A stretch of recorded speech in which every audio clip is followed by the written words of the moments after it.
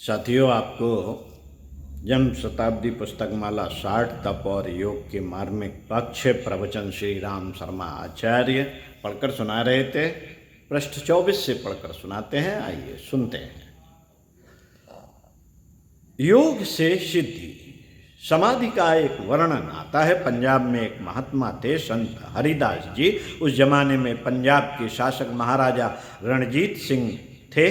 कोई एक रेजिडेंट आया और उनसे कहा कि मैंने सुना है आपके यहाँ कोई योगी समाधि ले लेते हैं, मर जाते हैं और फिर जिंदा हो जाते हैं। हाँ साहब, बात तो ठीक है, हम आपको दिखा सकते हैं। उन्होंने महात्मा स्वामी हरदास जी को बुलाया और कहा कि ये मेरठ से आए हैं, अंग्रेज हैं और यह देखना चाहते हैं कि क्या मरा हुआ आदमी जिंदा हो सकता है। स्वामी जी ने कहा कि हम दिखा सकते हैं। अंग्रेज ने कहा कि अगर ये चालाकी करते हैं तो हम पकड़ लेंगे। ठीक है, आप चालाकी पकड़ लेना। निश्चित हुआ कि स्वामी हरदास 6 महीने के लिए समाधि लेंगे। जमीन में गड्ढा बना दिया गया, उसमें स्वामी जी को बिठा दिया और ऊपर से बंद कर दिया गया। अंग्रेज रेजिडेंट ने कहा कि इसे तो कोई भी खोल लेगा, हवा पहुंचा देगा, पानी पहुंचा देगा, भोजन पहुंचा देगा, चालाकी हो सकती है। उन्होंने 2 इंतजाम किए। एक तो पहरा बिठा दिया और दूसरा उसी जगह पर उसी समय गेहूं बो दिया, ताकि जब गड्ढा खोदा जाए तो गेहूं पहले उखाड़े जाएं। समाधि के ऊपर मिट्टी बिछाई गई और गेहूं बो दिया गया। ठीक 6 महीने बाद उनको खोला गया। खोलने के बाद में स्वामी जी अचेत पाए गए और जब ठीक टाइम आया तो उन्होंने एक लंबी सांस खींची और फिर जिंदा हो गए।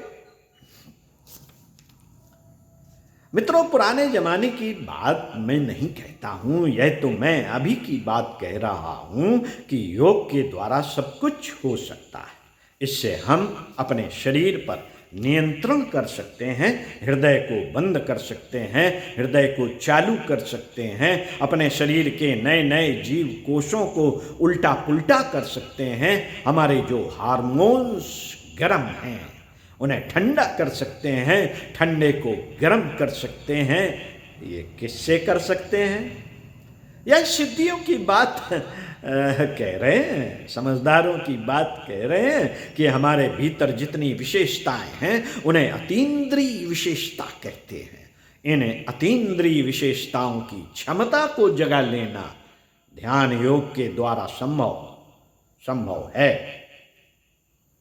यह तो हुई एक बात। और दूसरी यह है कि ध्यान योग के द्वारा वे विशेषताएं प्राप्त करना भी संभव है जिनको हम भगवान कहते हैं, ब्रह्म तत्व कहते हैं। ब्रह्म तत्व के साथ में हम अपने आप को मिला लें, जो सारे विश्व में छाया हुआ है, जिसके नियंत्रण में सारी सत्ता चलती है, जो विश्व का स्वामी है, जिसके अंतर्गत तमाम सारी चीज़ों की दिव्य धाराएं बहती हैं। वह हमारी जीवात्मा को शांति संतोष से लेकर के मुक्ति और मोक्ष तक प्रदान करती है।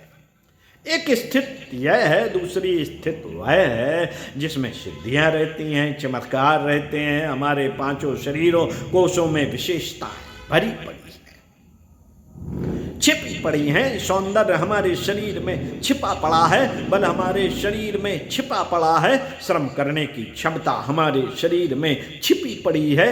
ऐसी क्षमताओं वाला हमारा सूक्ष्म शरीर है, प्राण शरीर है। 5 कोश हैं जिनकी अपनी अपनी विशेषताएं हैं, विलक्षणताएं हैं, जिनको सिद्धियां और चमत्कार कहते हैं।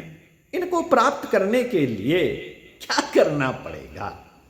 बेटे, इसके लिए हमारे पास एक ही हथियार है और उसका नाम है ध्यान योग। ध्यान योग किसे कहते हैं? योग को। योग की व्याख्या कीजिए। योग की व्याख्या है ध्यान योग। ध्यान योग के बहुत से तरीके हैं, इनमें से थोड़े थोड़े तरीके हम आपको सिखाते हैं। ध्यान योग चेतना की बहुमुखी प्रवृत्ति को अंतर्मुखी बनाना, अंतर जगत की विशेषताओं को देखना,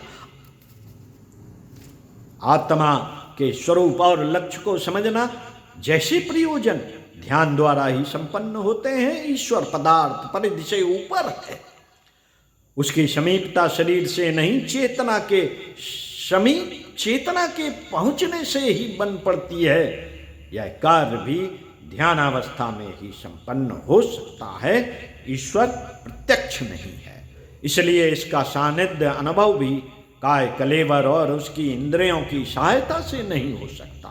ध्यानावस्था के अतिरिक्त ईश्वर की निकटता एवं अनुभूति प्राप्त करने का कोई मार्ग नहीं है, कोई मार्ग नहीं। ध्यान योग का क्षेत्र बहुत बड़ा है। सच तो यह है कि प्रकारांतर से अन्य सभी साधनाएं इसी परिधि के अंतर्गत आ जाती हैं। विभिन्न माध्यमों से ध्यान को भौतिकवादी पशु प्रवृत्ति से हटाकर आत्मवादी देव प्रवृत्ति के साथ जोड़ा जाता है। प्राणायाम, त्राटक, नाद, मुद्रा की 4 अन्य साधनाओं पर भी दृष्टिपात करने से पता चलता है कि उनकी क्रिया पद्धति में भिन्नता अवश्य है, परंतु तथ्यता वे उद्देश्य ध्यान को ही पूरा करती है। चिंतन का उच्च उद्देश्यों पर केंद्रीकरण ही इन सबका एकमात्र आधार है। मानसिक बिखराव को एक केंद्र पर केंद्रित करने से एकाग्रता जन्य ऊर्जा उत्पन्न होती है। उसे जिस भी दिशा में नियोजित किया जाएगा उसी में चमत्कार उत्पन्न करेगी। आत्मिक प्रगति के लिए उसे लगाया जाए तो उस दिशा में भी उसका लाभ मिलेगा। वैज्ञानिक शोधकर्ता जैसे प्रबुद्ध व्यक्ति इस मानसिक केंद्रीकरण के फलस्वरूप ही अपने अपने कार्य में विविध सफलताएं प्राप्त करते हैं। आत्मिक प्रगति के लिए योगी जन इसी शक्ति का उपयोग करके अपने लक्ष्य तक पहुंचते हैं। ध्यान योग की चेतनात्मक पुरुषार्थों में अत्यंत उच्च कोट का समझा जा सकता है। ध्यान के लिए आकार का आश्रय आवश्यक है।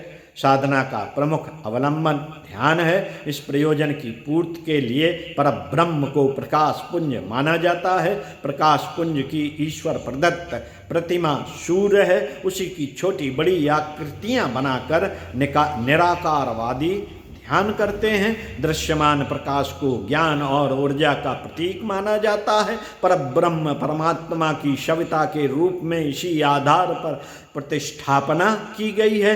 गायत्री का प्राण सविता है। सविता की आकृति प्रातःकाल के उदीयमान स्वर्णिम सूर्य जैसी मानी गई है। प्रकाश रूप में ध्यान साधना के सभी प्रकट त्राटक कहलाते हैं। सिद्धांत यह है कि आरंभ में खुले नेत्रों से किसी प्रकाश प्रतीक को देखा जाए, फिर आंखें बंद करके उस ज्योति का ध्यान किया जाए। उगते हुए सूर्य को 2-5 सेकंड खुली आंखों से देखकर आकाश में उसी स्थान पर देखने का कल्पना चित्र बनाया जाता है। वह अधिक स्पष्ट अनुभूति के साथ दिखने लगे। इसके लिए चिंतन क्षमता पर अधिक दबाव दिया जाता है।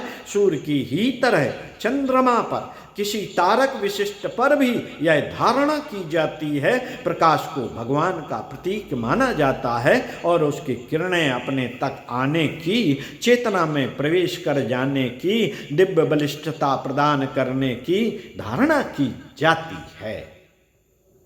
मोटे तौर से इसी को त्राटक साधना का आरंभिक अभ्यास कहा जाता है। अंतः त्राटक से प्रकाश ज्योति की धारणा सूक्ष्म शरीर के अंतर्गत विद्यमान अतीव क्षमता संपन्न शक्ति केंद्रों पर की जाती है। षटचक्रों का वर्णन साधना विज्ञान में विस्तार पूर्वक दिया गया है।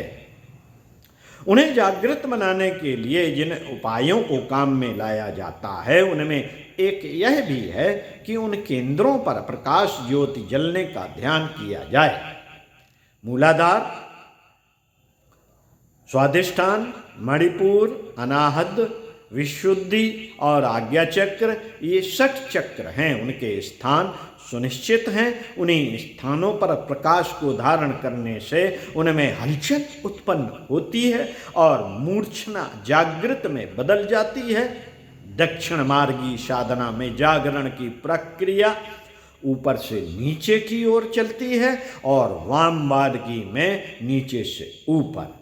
गायत्री की उच्च स्तरीय कोशी साधना में आज्ञा चक्र प्रथम है और कुंडलनी जागरण में मूलाधार से यह जागरण आरंभ होता है।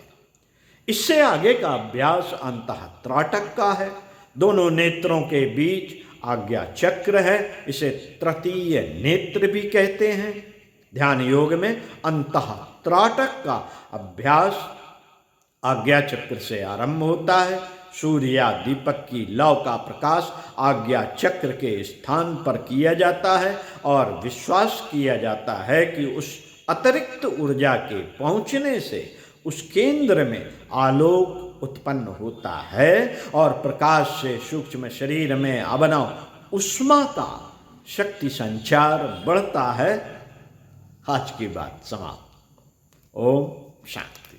साथियों, मिलते हैं परम पूज्य गुरुदेव के अगले प्रवचन में आपसे।